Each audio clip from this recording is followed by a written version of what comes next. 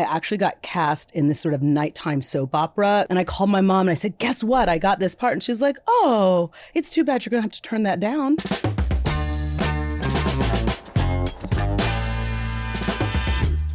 Hello, I'm Jacqueline Coley, and welcome to Scene on the Screen, brought to you by Make It Universal and Rotten Tomatoes, where we talk movies with some of the people behind the scenes at NBC Universal. When entertainment works best, sometimes it opens a window into a world we've never imagined. Other times it shows us a mirror image of our lives with a heightened sense of home.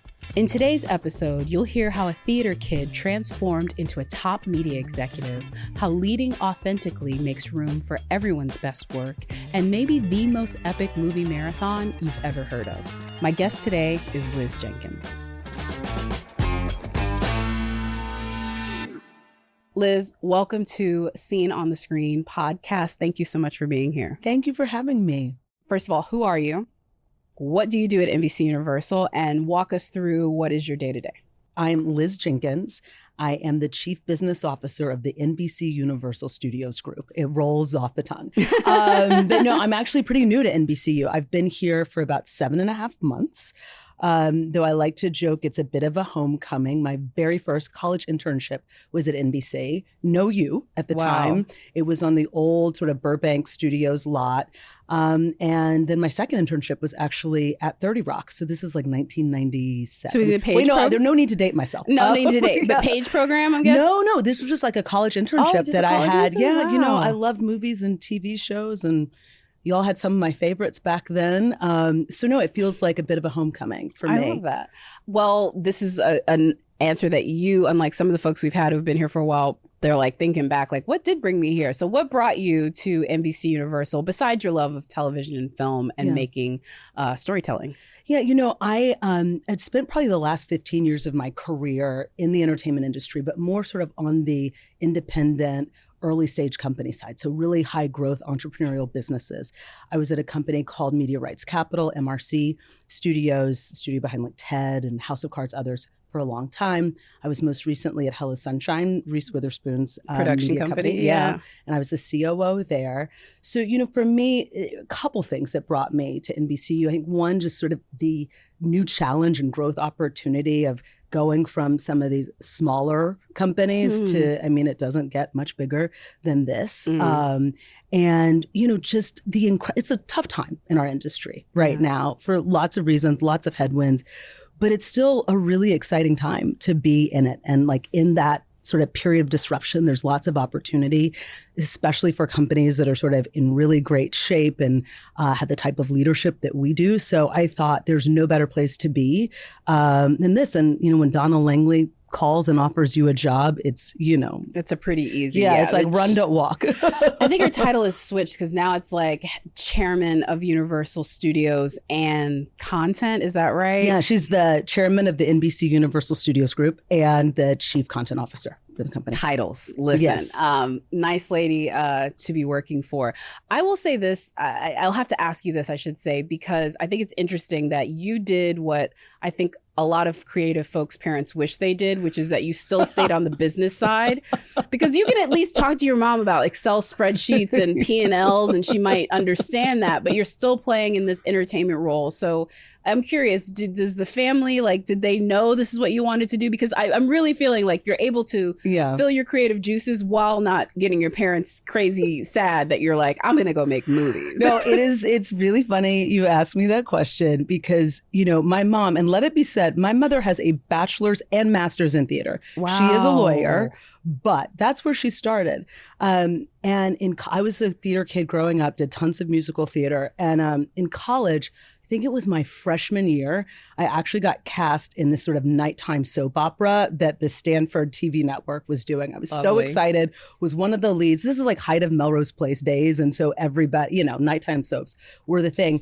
And I called my mom and I said, guess what? I got this part. And she's like, oh, it's too bad you're going to have to turn that down. And I was like, wait, what do you mean? She's like, well, you know, there's no acting in college, Elizabeth, you know? Wow. And so it was sort of like, you know, we had this negotiation. She said, you can do like one drama class and that's it. And said, otherwise, you know, wait till you got a job, you got a career. She wanted me to be an engineer, actually. And then you can do community theater on the side. Like, needless to say, I have never had a job that would afford me the time to do that.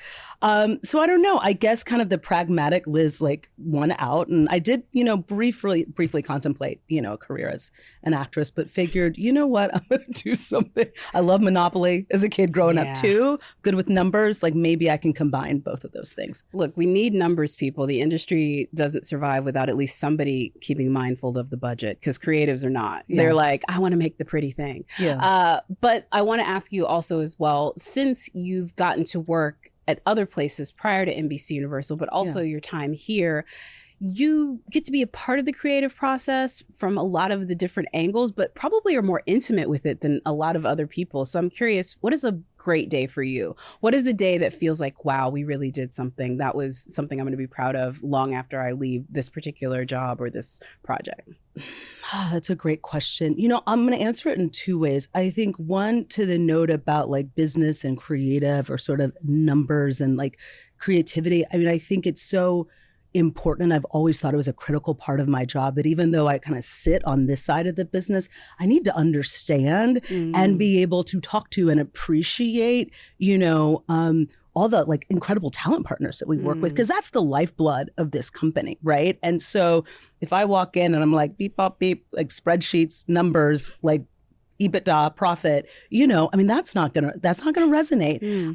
And so I find like any role that we have, no matter what it is that we're doing, the more we know about and understand those that we come into contact with and can work in like a really integrated way with like mutual understanding, mutual respect, et cetera, it makes us better at what we do. So that's always been a really important part of my job. And it's the fun part too, I'll say watching cuts is a lot more fun than spending time like in Excel spreadsheets and, on these conference calls. So for me, look, I think a great day is just being able to kind of be in it with the folks throughout the organization, that every single person, and again, an organization of this size, getting stuff done in what we see on screen, what we see at home on our televisions. There are armies of people every day showing up to get it done, making, decisions from the very biggest to the very smallest. So to be a part of seeing kind of even some of the littler things at work is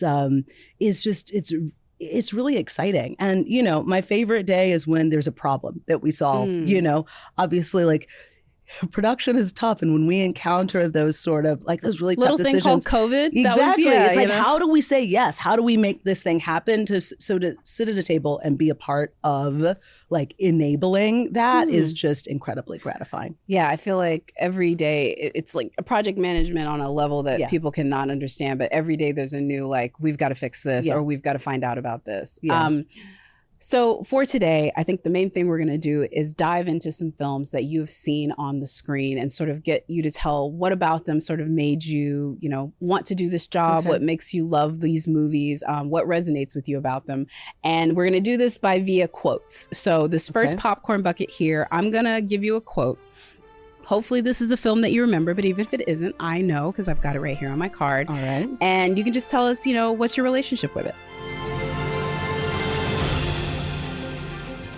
Even though some of you are pretty thin, you all have fat hearts, and that's what matters. Yes, of course. Pitch Perfect, yes. Rebel Wilson. Yes.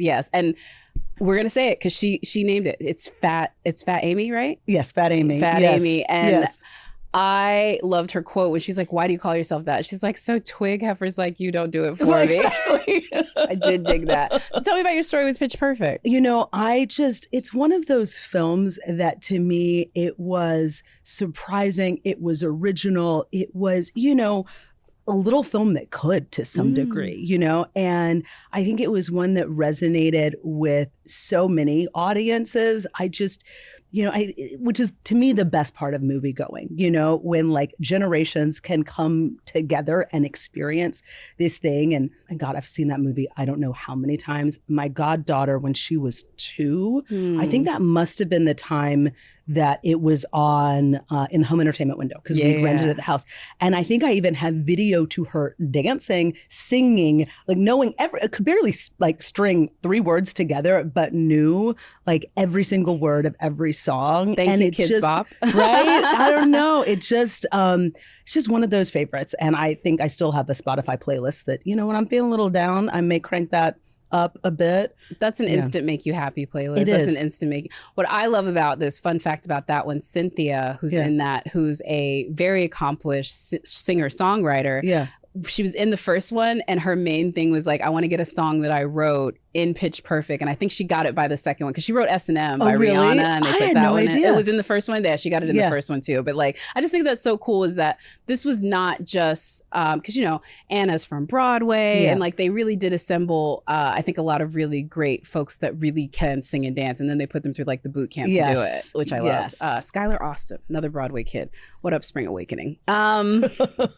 I love my Broadway kids. That was a good pull. Yeah. I love my Broadway kids. Have you ever danced with the devil in the pale moonlight? Oh, yeah. Easy. Batman. Yeah. Jack Nicholson as the Joker.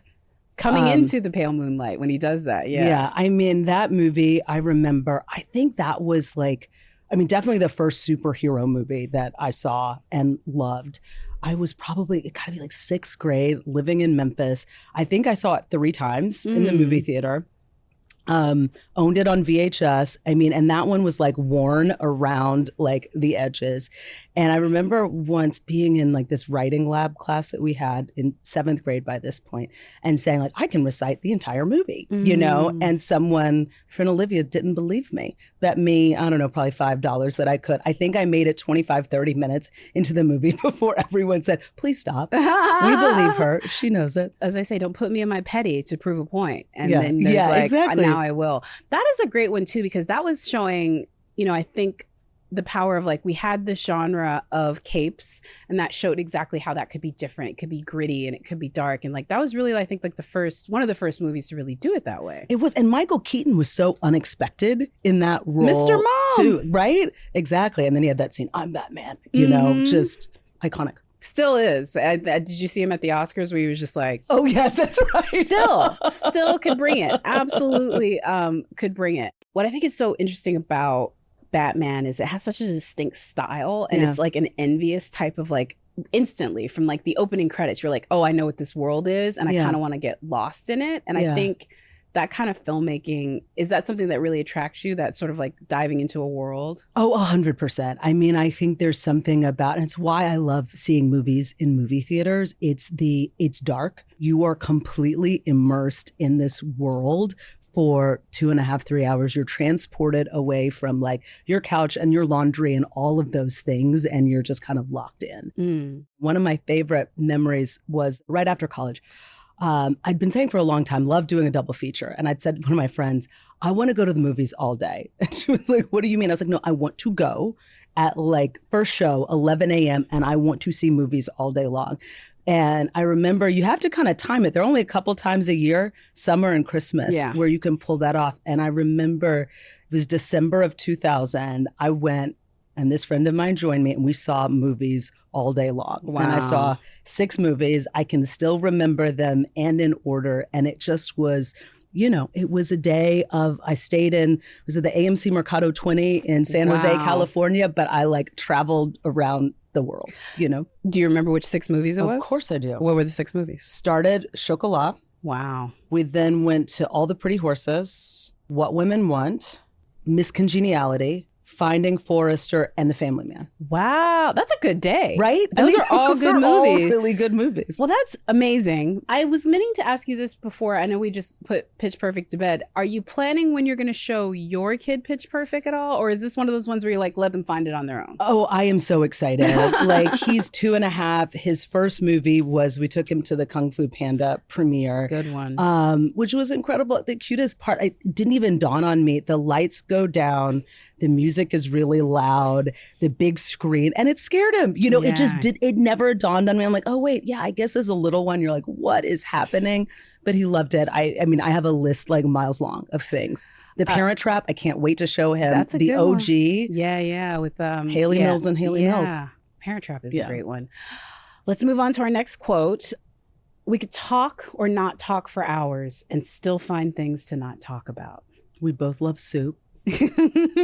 And Snow Peas, Best in Show, and Jennifer Coolidge. That movie, Christopher Guest, it is hard to like rank. Well, for folks that don't know, this was a Christopher Guest mockumentary style about dogs. Yeah, yes. Dog shows. Yes. And it's very to camera, lots of improvisation, basically dive into this world of people that people probably don't know. I mean, and his character, my favorites. And it's like, I don't quote movies. I mean, other than like I'm Batman or, I've kind of outgrown that phase. But this is one, where I'm like, all natural green pistachio nut. I mean, but a lot of his movies are like that. Like anybody that does those like mockumentary style, like especially Christopher Guest, but even like something like This Is Spinal Tap, all of those ones, they all are very quotable. And I think it's because it's coming off the head. It's coming off like somebody's like stream of consciousness. And that's why like folks are really into it. Yeah. Okay. So we're going to move on to our second popcorn bucket here. And this is going to be trivia. So the ones that I have in here, it's going to be a sentence about a movie, a factoid, something. And you're going to just say, is it true or false? Okay. This is a little stressful, by the way. I'm like, I can't get these wrong. Because even if you get it wrong, we have the answers right here. Nobody cares. Right? Okay.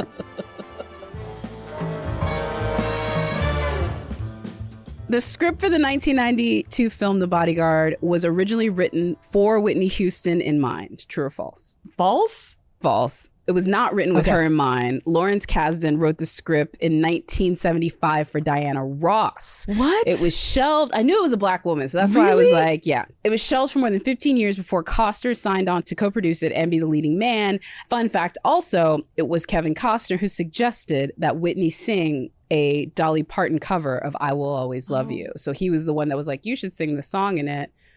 The rest is mega hit history. Yes. Also, man, well, I don't know if you saw, obviously the late great Whitney Houston, but Kevin Costner, like that was the original Tony Goldwyn and Kerry Washington before Tony Goldwyn and Kerry Washington. Like those two had chemistry. They did. You know what I mean? Like they were the original ones where people were like, listen, I know y'all are good actors on screen, but we know. And she was so good in that movie, in that role. She looked great. The music was incredible. Another soundtrack I owned and a movie. I guess I saw that one in the theaters a couple times. It was really, really special. Everyone talks about like, I Will Always Love You. The two things about that movie I remember is one, it very much illustrates what it's like to be a black woman in an industry that doesn't always listen to you or hear what you have to say. But the other thing is Queen of the Night. I was going to say Queen of the Night. I'm really tempted to sing it now, but I won't. You can. I won't. It's okay.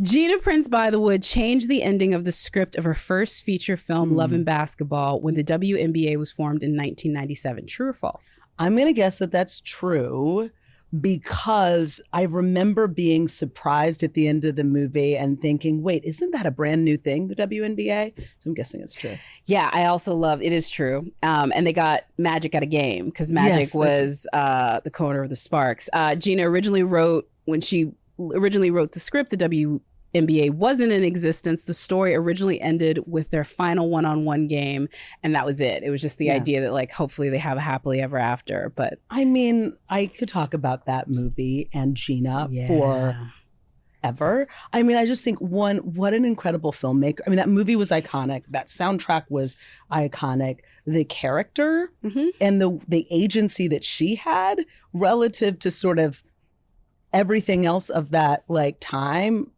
so unique, her story. And then the fact that Gina years later does The Old Guard. I'm like, a filmmaker to have both of those in her repertoire. I think it was last year was the 25th anniversary and they did a Criterion Collection cover with it. And I believe Roxanne Gay did the intro for it.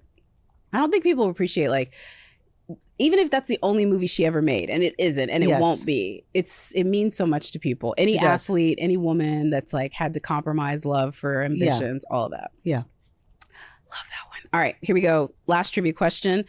In the movie Oppenheimer, there's a brief moment after the test where he has a vision of a woman disintegrating. For that part, Nolan cast his daughter, Flora. True or false? That's true. Listen, Christopher Nolan, sir. I mean, way to tug at the heartstrings, but really? Yeah, that's true. I mean, imagine that day. Be like, okay, Flora, sweetie. That's something for you. I'm going to put you on camera for the first time. He's actually a very big family man. And I think that was something that actually got communicated throughout the run leading up to Best Picture was, I think Killian said it and Emily said it, like it's a family affair. And like they really are this beautiful sort of like love story of creative endeavor as well, because Emma's his producing partner. How much did you get? Oppenheimer is coming right when you're joining, practically. I know, right? I timed it well, didn't I? I mean, it's not bad to join the team when they're in the finals, right? It's true. It's true. One of the things that struck me so much, we had a leadership offsite for the film group. It was a town hall one afternoon. And one of the panels that we did was sort of the making of Oppenheimer. So it was fascinating. They had folks from, domestic and international marketing, domestic and international distribution, from the creative teams, et cetera, just talking about sort of the experience of making, marketing, and distributing Oppenheimer from their perspective. And it just, for me, I mean, it was just striking, almost emotional to see kind of, again, like the almost like operatic coordination that's required to take, a film from, a script all the way to screen. And just, again, the number of people, the amount of coordination. And the fascinating thing to me is there were stories that they heard for the first time from each other. Wow. So it's, look, they make it look easy, but it's not. I'm just so blown away by the team. I think it's interesting in just the time that you've been working in entertainment. There's already been so many seismic shifts. Like I mentioned, COVID was definitely one, but just in general, our industry is going through a seismic shift right now. I tell people it feels almost like when the Hays Code went down in the 40s. We're approaching a moment where things are changing. How has it changed for you as an executive with your approach and maybe prior to you joining Universal versus now that you're working here? Sure. It's a really great question. I think one of the things I try to ask myself at least every year, if not more frequently, is sort of how do I need to show up to be successful? Like because our roles, companies constantly evolve, and especially having been really for the last 15 years in smaller companies where that evolution is happening really, really quickly. Like, how do I need to show up? What is it going to take? What does my team need? What does the company need? What do I need to let go of that may not be serving me as what served me really well then, but it may not serve me really well now? So it's something I think a lot about. But, one of the things that I found, and it wasn't even intentional, it was sort of more like practical and a result of, life, was during COVID. I really feel like there was sort of Liz as a leader before COVID and Liz after COVID, and it was something that some of my team pointed out to me. I remember at the start of it thinking, gosh, to be a really great leader, what it's going to take is there's a lot of uncertainty. I need to be really cool in the pocket. I need people on my team to feel like, okay, this is a safe and stable place. Everything else is chaotic, but like, Liz has got it, and I found was my attempt, but or my intention, but it wasn't actually, because practically speaking, it's like life sort of came crashing in. And I remember someone saying to me, gosh, who you are now just feels, or how you show up just feels so much more real. So before, I think I always showed up, great dress, great makeup and hair and shoes and this and that. And during COVID, there were some days where I'm like, if I managed to grab 15 minutes to get on a Peloton, I was going to do it. And I came onto Zoom. I'm like, yeah, sorry, guys. Yeah, I did just get off the bike. I'm sweating. This is who I am. And it's like life kind of came crashing in for all of us. Yeah. And so we had to kind of put the mask down to the side and just be. I will say, as a millennial, I found it to be completely refreshing because we didn't need a lot to get comfortable. We were ready to be comfortable already. And so I actually enjoyed seeing that shift a little bit from some of executives that have been working here longer. What do you find it now that you're on the other side of it? Are you comfortable in it? Because I've seen a lot of people go back as well. There have been people that are like, this doesn't fit for me.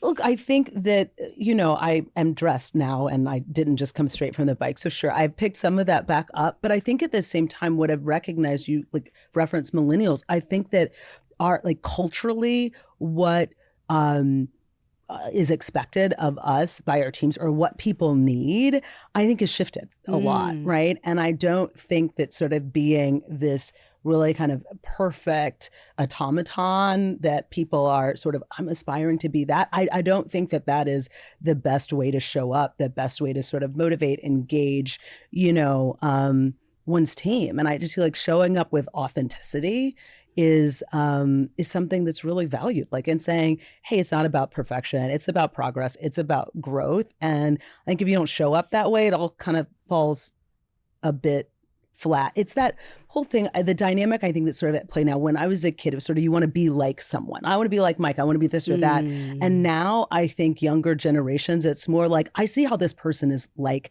me, because I think they're used to seeing themselves reflected on whatever, social media, all of that. So I don't know that kind of setting oneself up as a paragon of like, this is what you should be aspiring to. I don't think it resonates anymore. Being the trendsetter that she is, somebody who told me that very early, Donna Langley. Really? I did a talk with her for Tech Women. This was 6 years ago. And she said, trying to be it all, do it all, and achieve it all is a myth. Yeah. Find space for yourself, forgive yourself. And this was like 6 years ago. This is pre-COVID. And she was already sort of preaching that. But again, somebody who started as a line producer and works her way up to chairman of a studio, she would know. She would. Well, thank you for taking us in diving into the films that you've seen on the screen. And you've been a great sport. You've been excellent in this. And I know that it's, like you said, it's sometimes intimidating. Guess what? You get to push it back on me a little bit. Yeah. Nice. So we're going to dive into the world of Universal Pictures. This is, this actually pops open. So if you can pop open this globe, inside there are some films that it's just the title of the film. But what we want you to do is describe the film to me in 3 words. So like, for example, hat, cat, sword. That'd be Puss in Boots. Okay. Whatever you can think of. We're going to time it. We have some lovely folks back here that are doing our timer. They're going to buzz us out, and we're going to see how best we can do. I feel like your competitiveness right now, like God. You're literally like, I'm ready. Well, celebrity is one of my favorite games. I got 3 words, not just one. Oh, this is good. This is good. This is like password and then some. Password plus. All right.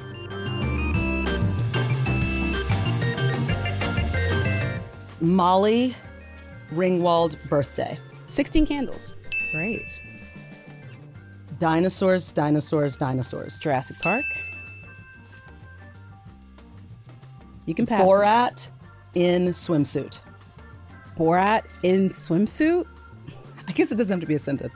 Pass. I got nothing on that one. Borat in swimsuit? Like, what is... Yeah, I got Green thong swimsuit. Oh, it is Borat. Then, oh no. Is that Bruno? Yes. I see. Psychotic doll dancing. Megan. Oh,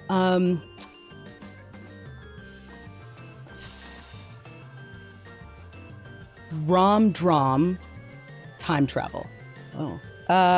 Is that About Time? Yes. I was going to say I had the word time in it, so I don't know if that counts. Okay. Oh, acapella. Oh, Pitch Perfect. Green Ogre. Shrek. We did good. How many did you get? I think you beat the record. 1, 2, 3, 4, 6. 6? Is that? Oh, no, I think 7. you got 7. Tied for the first one. Ah! I'm like, can we go again? No. This is why she runs entire verticals, ladies and gentlemen. This is why she's running things, because she's like, let's do it again. We can do better. That's the beauty of working here at Universal, because they're always trying to make it better. Here, I'll take that back from you. Thank you. Liz, thank you so much for taking us on a trip down your experiences, your career, both at NBCUniversal and prior. This was such a great time talking with you. Oh, I had so much fun. Thank you for having me. I want to go home and watch 6 movies. I love that. Thank you for being here.